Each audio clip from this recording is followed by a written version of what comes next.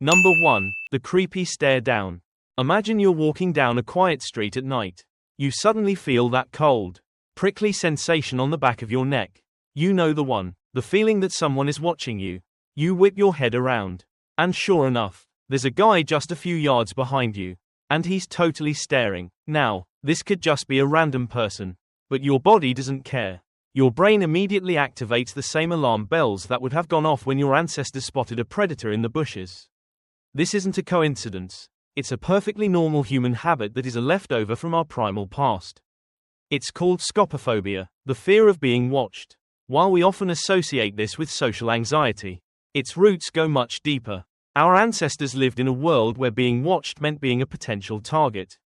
A stare from a rival tribe member or a hungry saber-toothed tiger was a prelude to a fight or flight response.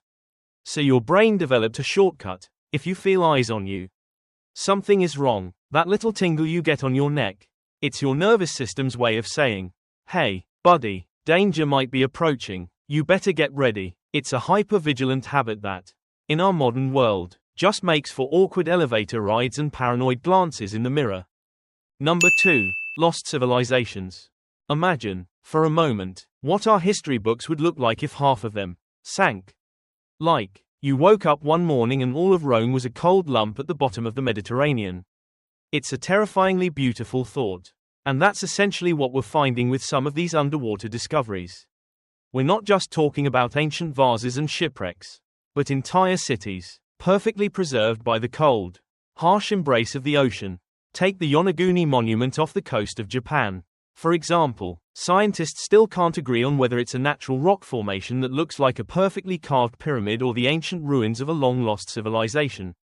It has perfectly angled steps and sharp edges that look like they were created with a laser. Not by Mother Nature. And then there's the Baltic anomaly. A perfectly circular, half-submerged rock that looks eerily like the Millennium Falcon from Star Wars. It's too symmetrical to be a regular rock, and too large to be a shipwreck.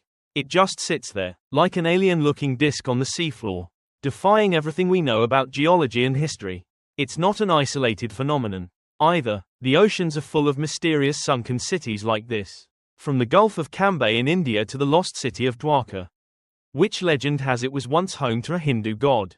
Finding him is like finding a new chapter in human history that someone or something forgot to tell us. It makes you wonder how much of our story lies in the dark, waiting to be discovered. Number 3. Monsters of the ocean.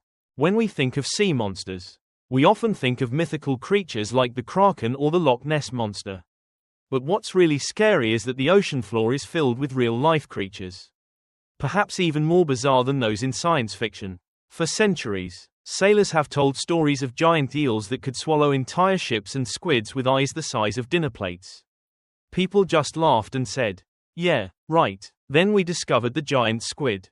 These creatures are the stuff of nightmares. They can grow to over 40 feet long. And their eyes are the size of basketballs. The largest eyes in the entire animal kingdom. The first live video of a giant squid wasn't even recorded until 2004. So for the rest of human history, they've been nothing more than a spooky legend. Imagine, a whole species of real monsters lurking in the shadows. And we had no idea about them until a few decades ago. And the scariest thing, that's just one of them. We've also found the giant squid. Even bigger and more ferocious. With terrifying swivel hooks on its tentacles. It's like a squid designed by a horror movie director. Every time we send a submersible to a new part of the deep sea, we find something new, something that science didn't even know existed, something with too many teeth, or a face that looks like a puppet from a scary children's show, or a body that can somehow withstand 1.000 times the pressure we can. It's a constant, unsettling reminder that the deep ocean is a completely different world with its own rules, where what we call normal doesn't exist. Number 4. The living shipwrecks. When we think of shipwrecks, we picture rusty, static monuments to a forgotten tragedy. But the deep ocean has other plans. It doesn't just let a shipwreck be. It turns it into a living, breathing ecosystem. Bacteria, worms, and other extremophiles get to work, not just eating away at the metal but building new, bizarre structures. We've discovered wrecks covered in these massive, rusticles, giant, hollow icicle-like structures made of rust, teeming with life. It's like the wreck is slowly being consumed and transformed into something new. Something that looks like an alien organism.